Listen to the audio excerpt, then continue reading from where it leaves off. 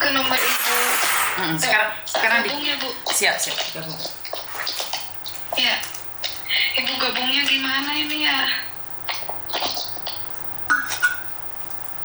Di atas itu ada gambarnya orang, di situ digabungin sayang. Oh, ya oke.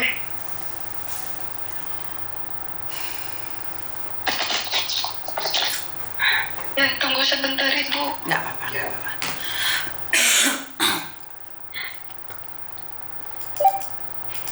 Itu udah, Ibu. Halo. Pak, itu sama misioni Bapak. Soal rasa. Iya, Bapak, itu udah nyambung sama misioni. Halo, ada yang Iya, bisa dibantu? Ada yang bisa dibantu? Halo. Ada yang bisa dibantu? Iya. Iya, minta pulang. Suaminya nenek minta pulang, tapi itu tidak bawa uang, gajinya ditahan agent 3 bulan. Gimana itu, Miss? Oke, nah karena Miss Yuni tidak tahu nih duduk perkaranya seperti apa, boleh Miss Yuni nanya-nanya sedikit dulu nih. Terus kenapa dia ada di Malaysia? Siapa yang membawa dia ke Malaysia? Neneng punyamu dimatiin dulu, Dok. Yang punya Neneng dimatiin dulu, saya tak ngobrol sama suamimu dulu, nanti kamu telepon lagi. Iya. Iya, Bu. Halo, iya Pak? Iya. Gimana awal mulanya itu? Karena Neneng kan nggak bisa ngomong banyak nih. Awal mulanya seperti apa nih? Kenapa dia harus keluar negeri? Kan keluar negeri dia kan sebagai ilegal nih. Kenapa diizinkan? Kalau boleh tahu. Ya sebenarnya sih saya nggak ngizinin sebenarnya. Terus? Ya, karena dia kekeh itu. Terpaksa ya saya izinin. Terus? Terus kemarin dia 2 bulan ditahan 2 bulan buat bekas urus. Terus ketiga keempat dia digaji, cuman digaji kan perjanjiannya dulu 1.500 ringgit, tapi kenyataannya cuman yang dikirim 4.200. Terus? Nah itu juga nggak lewat rekening saya, malah ini nyangkutnya ke orang dulu. Orang apa? Jadi transfernya tuh nyangkutnya tuh ke rekening orang dulu, nggak langsung ke saya. Lah kenapa kok nyangkut ke rekening orang?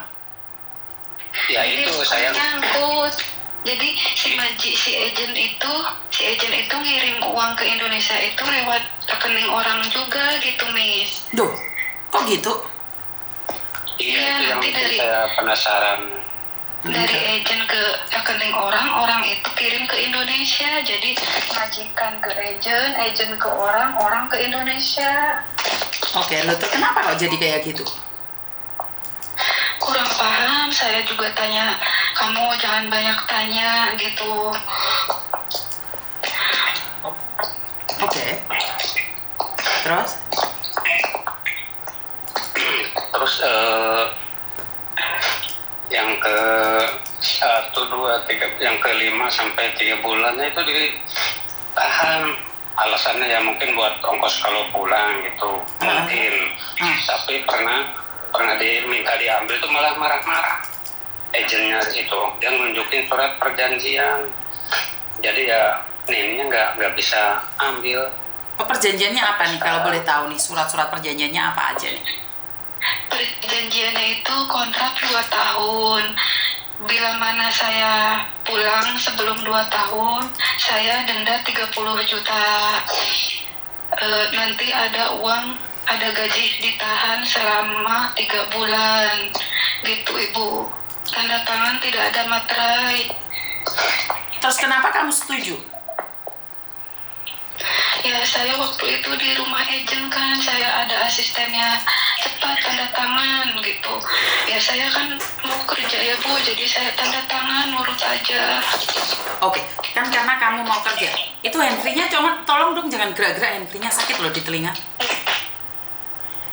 Oke, kalau kamu kamu tidak setuju, kenapa kamu tanda tangan lah? Karena sekarang sudah tanda tangan lah, kenapa kamu nggak setuju? Kan aneh ini. Ini saya gak apa-apa Bu, yang 3 bulan ditahan. Saya udah ikhlasin saja, tapi saya hanya mau pulang saja, itu aja Bu. Nah, itulah resikonya kerja di luar negeri, tidak seperti seenak yang kalian pikirkan. Nggak boleh suka-suka kalian. Inilah yang saya katakan, kalau kerja di luar negeri itu tidak mudah. Tidak seperti yang kalian pikirkan, pingin pulang terus pulang gitu, enggak. Ada aturannya sayang. Jadi, kan suamimu sudah melarang kamu keluar negeri nih. Otomatis kan suamimu tahu nih konsekuensinya. Suamimu tuh tahu kenapa harus keluar negeri. Kenapa tidak diizinkan keluar negeri. Karena tidak semudah yang kamu pikirkan. Kamu mau pulang seenaknya sendiri, enggak gitu sayang. Paham nggak maksud saya? Iya. Dan sekarang kamu minta pulang, enggak kayak gitu. Pasti ada dendanya, pasti mereka marah atau apapun. Bener nggak saya ngomong kayak gini? Kenapa sih suamimu tidak mengizinkan kamu keluar negeri? Ya karena kalau takutnya kamu seenaknya sendiri terus pulang. Minta pulang, nah sekarang minta pulang. Nah, perusahaan mana yang mau rugi sayang? Kecuali nih kamu disiksa atau dipukul atau apa. Lah ini kan kamu enak aja keluar negeri semau kamu, pulang semau kamu. Ini namanya orang nggak punya aturan. Kecuali kamu disiksa, kecuali kamu nggak digaji. Kan kamu setuju dengan persetujuan mereka. Benar nggak? Benar nggak? Iya Bu. Iya. Jadi jangan mengatakan orang lain bersalah, padahal kamu sendiri yang nggak ikut aturan. Ini yang salah. Kecuali kamu dipukuli majikan, disiksa majikan, kamu sakit, kamu nggak digaji, itu salah. Tapi kalau kalian sudah ada perjanjian, itu yang kalian jangan menang sendiri, play win team. Ngerti maksud saya? Suamimu dari awal sudah tidak mengizinkan, pasti dia tahu resikonya. Kalau kamu nggak betah, siapa yang akan menebus kamu? Bener nggak? Iya. Nah, kenapa di konten-konten saya selalu saya katakan, kalau nggak siap keluar negeri, jangan keluar negeri. Jangan keluar negeri menjadi pelampiasan. Malah nambah hutang, malah nambah beban. Bener nggak? Iya. Terus sekarang kamu nggak betah karena apa? Bukan karena gaji kan? Karena gajimu sudah ada perjanjian. Kenapa? Kamu nggak betahnya kenapa? Nggak enak ikut orang? Enggak Bu, saya pasti bulan depan juga saya begitu lagi, gaji nggak dikasih. Kalian berjanjiannya kan 3 bulan dong. Kan sekarang baru 3 bulan, kan kita nggak bisa komplain sekarang nih. Bener nggak? Kalau kamu dikomplain, dipukul, saya akan cari dia. Tapi ini kan perjanjian, masih 3 bulan. Ditahan. Bener nggak? Kita nggak boleh dong mengawali dulu. Apa yang disampaikan suamimu tidak setuju kamu keluar negeri, ya inilah efeknya.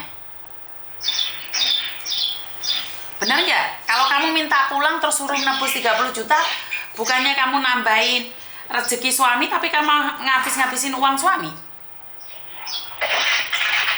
Benar nggak? Iya Bu.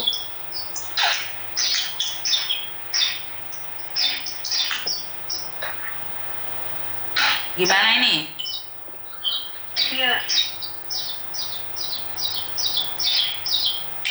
Tapi itu kalau pulang biaya sendiri bisa nggak itu ya, Miss? Kalau pulang sendiri itu?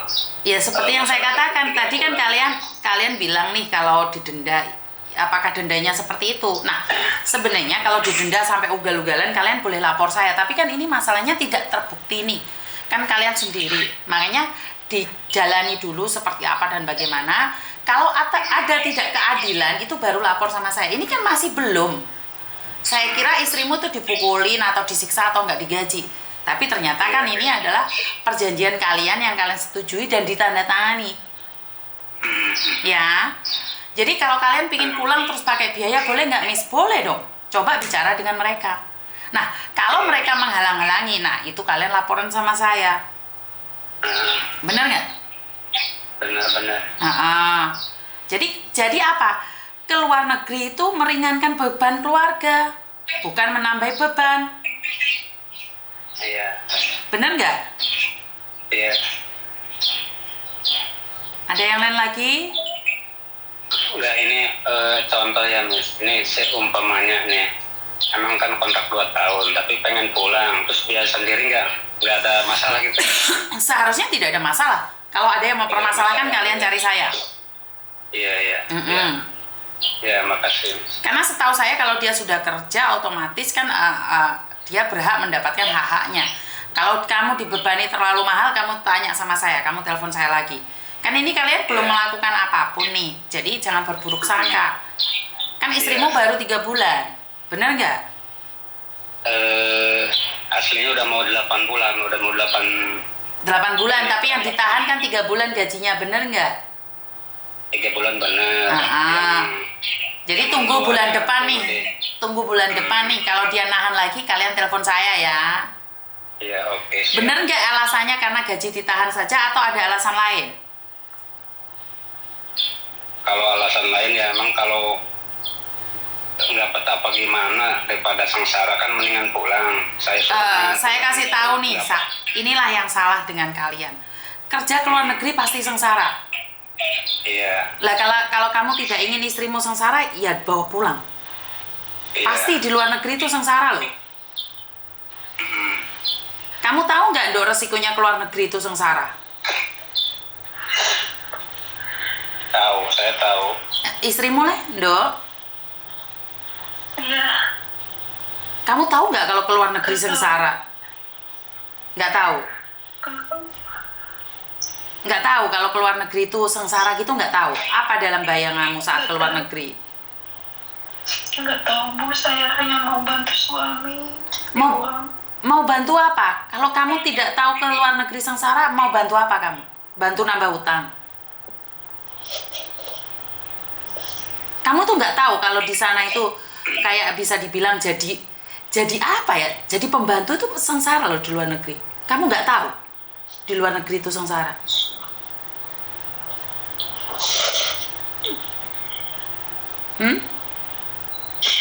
Tahu Bu. Oke, kalau nggak tahu nggak apa-apa. Ya udah, coba ngobrol sama suami, nanti disambung sama Miss Yuni ya. Ya, siap. Oke, terima kasih. Ya. Oke, jadi teman-teman, ini yang aneh ya. Aneh sekali ya. Soalnya kalian bilang bekerja di luar negeri tidak tahu kalau sengsara. Terus dalam bayangan kalian itu apa sih kerja di luar negeri? Apa sih yang kalian bayangkan kalau saat ada di luar negeri? Kok saya nggak paham ya, banyak orang menyangka kerja di luar negeri sebagai pembantu itu enak. Kok gini sih? Maksudnya, loh, nggak gini, konteksnya tuh nggak gini. Kerja di luar negeri itu nggak enak, soro, ikut orang. Ada yang bilang jadi jongos, jadi keset. Yang namanya keset tuh enak nggak sih? Walaupun kadang-kadang kita diperlakukan baik sama majikan, tapi kan tetap kita itu orang yang paling salah dalam segala hal. Terus bayangan kalian mau ke luar negeri itu apa gitu loh. Saat ada di luar negeri susah dikit nggak kuat, pingin pulang. Nah ini kalau nggak pematangan di PT dan PT-nya nyantai-nyantai aja. Nah ini sorohi penjelasannya. Jadi mungkin saya ingin mengedukasi buat teman-teman yang lainnya ya. Jadi apa sih tujuan kalian ke luar negeri? Kalian tahu nggak sih di luar negeri itu sengsara? Tidak seperti profil-profil yang ada. Ini pelajaran buat teman-teman ya. Mungkin itu aja dari saya. Kurang lebihnya saya minta maaf dan wassalamualaikum warahmatullahi wabarakatuh. Berkat Tuhan mengalir atas hidup kita semua. Semoga semua makhluk hidup bahagia dan terima kasih. Bye-bye.